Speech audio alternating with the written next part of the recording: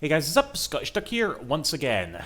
Right, collection update time. I actually recorded this particular part like a good couple of weeks ago. I want to say it was a couple of weeks, but I couldn't be arsed editing it, and now I have some more games on top of what I already showed off, so I'm redoing it. Okay, my god, it's so good. It's so good. I was just thinking about this there. It's so good that YouTube isn't my full-time thing, okay? The algorithm would just it would hate me. It would chuck me out in an instant. Holy crap.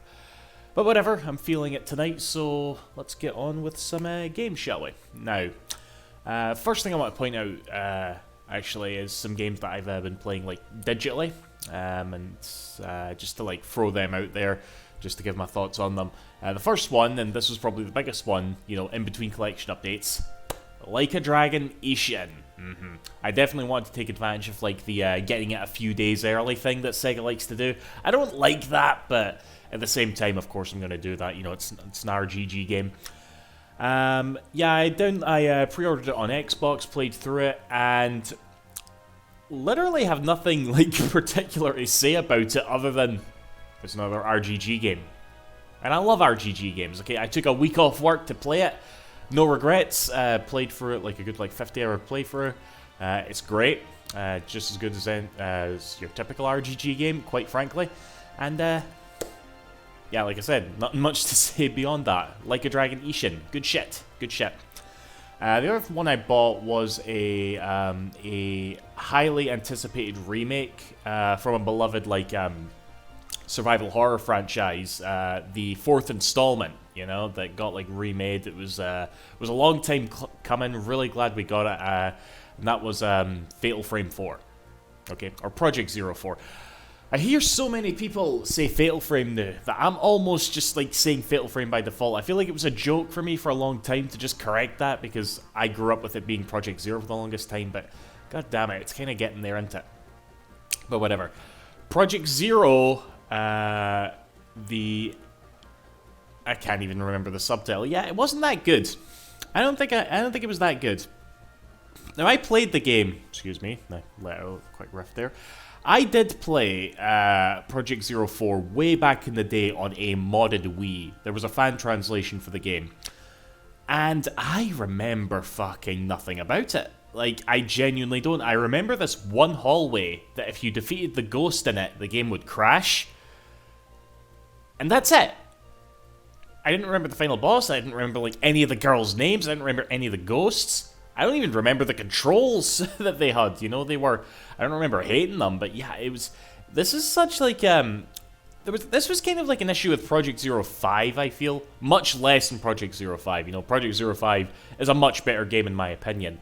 Where I feel the sort of gimmick of 4 and 5 kind of came down to the hardware that they were on, rather than the sort of unique nature of the game itself. In Project 02, you went from a mansion to a village. That's cool. Project 03 decided to rip off Silent Hill, friggin' 4 with its friggin' room shit. Okay, that's different. But 4 you're just literally in another mansion cutting about. You've got a torch thing, which is not very fun. I don't know. I feel I have a lot to say about that, if I'm being perfectly honest. I'm tempted to say it's one of probably my least favorite of the 5. I really need to play for Project 03 again, though, because that's another one that I actually can't remember too much about, oddly enough. Well, I remember much more about it than I did about 4, let me tell you. But yeah, I should play for 3 again and sort of decide that from there, but yeah, I'm glad that they brought it out. I'm definitely glad that Tecmo Koei brought that out there, okay? That it wasn't just left there in Japan to just rot. Probably a poor choice of words there, but I'm glad it was over, and I'm glad they supported it, okay? Hoping for more Project Zero games in the future. Hopefully they properly remake some of them coming up. But yeah, and the other game that I'm actually playing through right now, I didn't even buy this. It was on Game Pass, but I'd always meant to buy it, so I'm just going to throw it out here just to talk about it. Ghostwire Tokyo. When that game came out, I always had my eye on it, but I just never really committed to the purchase for whatever reason. And then I heard it was coming out on Game Pass. I'm like, hell yes. And I'm a good ways through it so far, and I'm enjoying it. It's a sort of semi-open world Bioshock game, I suppose. Just that it's set in Tokyo, which it's got to be one of my favorite locations in video games. And I'm not just talking about the Yakuza games here. Like, whenever a game is set in Tokyo, I don't know, I'm always into that shit. But, yeah, there you go. Anyway, that's it for, like, digital shit. Let's actually talk physical. So, first one we got here. This came out, like, exactly 1 week after Like a Dragon Ishin and took up an insane amount of time, really. Octopath Traveler 2. I loved the first Octopath. One of my favorite Switch games, one of the best RPGs, like, Square Enix has ever put out. This is more or less... This is a very similar game, and I can't tell if I like it more yet. Because it really is similar. I think it just comes down to, honestly, how much you prefer, like, the cast. You know, like, the 8 Travelers. And I have, like, obviously my favorites for each game. But yeah, I don't know. But like I said, I put 80 hours into it. Fantastic 10 out of 10 game. There definitely was, like, this feeling of, oh god, this game is just taking up so many days of my life here. I definitely had that feeling. But, yeah, it's still great. I went with... Temenos, the cleric. I only went with him as my main protagonist because I went as a Ophelia in the first game, and I'm paranoid about healing. You know, like I couldn't imagine beating this game and not having like a cleric in your party to do like the healing spell all the time. You know, that seemed mandatory as I was playing through it. So I didn't regret choosing that. And if there's an Octopath Traveler 3, I'll probably pick the cleric again. But yeah, Octopath Traveler 2, good shit. Cereza and the Lost Demon, is that what it's called? Hi, it is. So this is the Bayonetta spin-off game, which I honestly don't know too much about. It was actually quite funny because I was on Twitter, and 2 people that I follow on Twitter, whose opinions I kind of value, you know. I think I was just on the same, like, scroll. I just saw both of them praise the shit out of this game. It was like, oh, it feels like nobody's playing this. Oh, this is a great game. And I'm just like... And I obviously had my eye on it. I am quite a big Bayonetta fan. Bayonetta 3 filled a hole, but didn't fill it up that well. You know what I mean? Definitely the weakest in the trilogy, in my opinion. But this one just sort of like came out of nowhere. And yeah, I just want to see what it's all about. I've not played it yet, if you couldn't tell. So... yeah, I will definitely be getting to this after Ghostwire Tokyo. This is next on the list, so yeah. Bayonetta. And oh, here's just Resident Evil 4. Yeah. I mean, did you get it earlier there? I kept like joking about that to a bunch of friends. But yeah, no, this is brilliant. This is really, really, really good, you know. I am like the most average Resident Evil fan you will meet, okay? I always buy the games, I always play them, I always enjoy them, but I don't ever go, like, hardcore with Resident Evil. You know, like all this sort of, like, RE engine universe that we're in right now that started with, like, Resident Evil 7. I think Capcom's clearly, like, on a roll with it. They did kind of stumble with the Resident Evil 3 remake, you know, a lot of people went on about that. I think my favorite of the bunch has been, like, Resident Evil 2 remake and this. I just prefer the sort of like over-the-shoulder shit that you get as opposed to the first-person stuff that we got in 7 and 8. Even though those were brilliant games as well. I'm more into this, I suppose. So, yeah, no, this was... Again, I don't really have much to say. I'm not...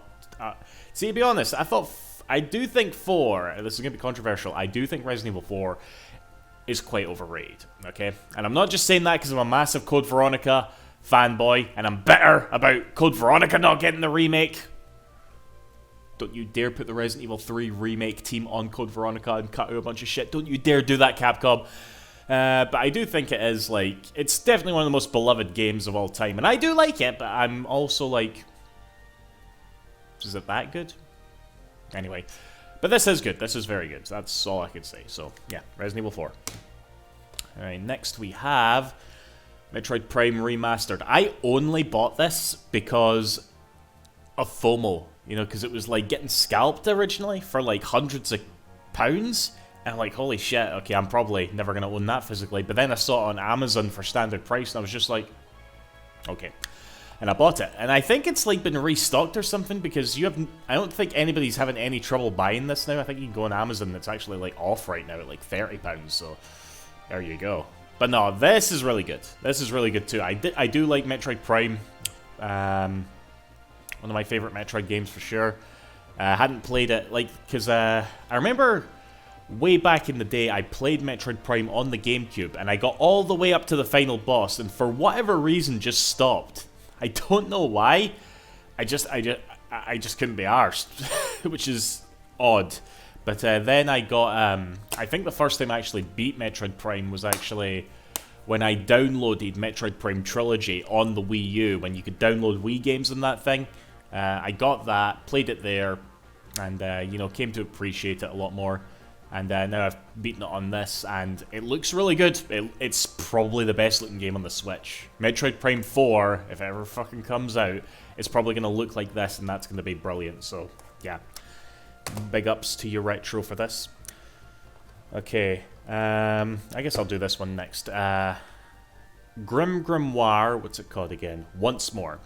This is a remake of Vanillaware's game for the PS2. This is one of Vanillaware's first games that they made.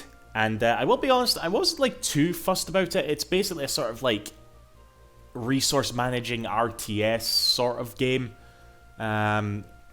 And that's fine. I got a few levels in, and then I kind of decided the gameplay's not really for me, but I legitimately am a big fan of Vanillaware. I love their stuff, and I love the fact that they're porting some of their stuff to like newer shit, so that's why I bought this. I just wanted to support Vanillaware, and I probably will pop it in just to give it a go. What's with the back of this box, though? What's with all that shit? I don't know why that's like that, but yeah, either way. Grimoire. Once more. I'm hoping that they start putting some of their shit onto PC. You know, like Odin Sphere or 13 Sentinels. I'd love to see that get like ported to other shit as well. They keep doing baby steps because they put like 13 Sentinels on Switch. Now they've got this coming out. And before that, obviously we had like Dragon's Crown Pro. Then there was like Odin Sphere Remake, which is the one that I originally played and loved. Yeah, they're fans of like updating their shit, but they need to get it on everything, okay? So, yeah, hop to it, Vanillaware, damn it. Okay, and these last two games were games that I bought because I went to Forgotten Worlds again with a friend. If you don't know what Forgotten Worlds is, just Google Forgotten Worlds Sturton. Yeah, Sturton, yeah. Which is this massive gaming shop in Scotland, which is not too far from Glasgow, so it's easy for me to get to. It was the second time I've been there, and I mainly was there with a friend who it was his first time, and he bought like a bunch of shit, and I was kind of like, do I want to buy something? I don't know. And what do? I bought two games that I already own, because I'm silly like that. I bought the Japanese version of Christmas Nights. I'm kind of down, like, I'm a big enough fan of this franchise that I wouldn't mind like owning every version of like every region of this game, you know? Like, I have the boxed version that came with the 3D controller.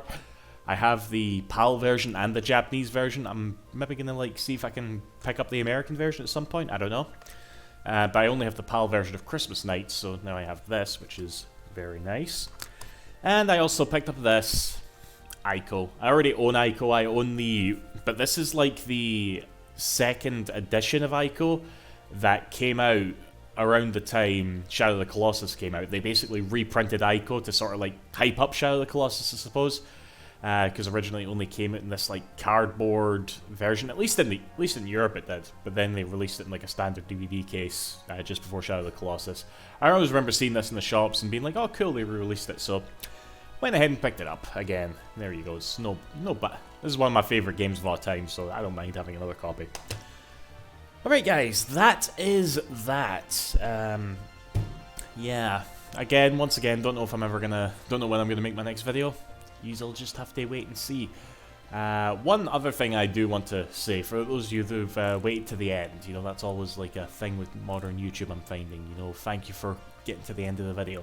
I know I wear this hoodie a lot in my fucking videos and on my live streams, and I pretty much always have it on, okay? Now, the reason for that is because my mum bought me it, okay, and it's really, like, big and comfy, okay? But it's got some, like, rude gamer talk on here, and I'm just like, I didn't really want to wear this outside, okay, what I mean? So it's practically a house coat. It gets washed every week, okay? So if you see me in it all the time, don't worry. It's clean. It's just a hoose hoodie. There you go. Right, anyway. That's that, guys. See you after. Thanks for watching. Bye-bye.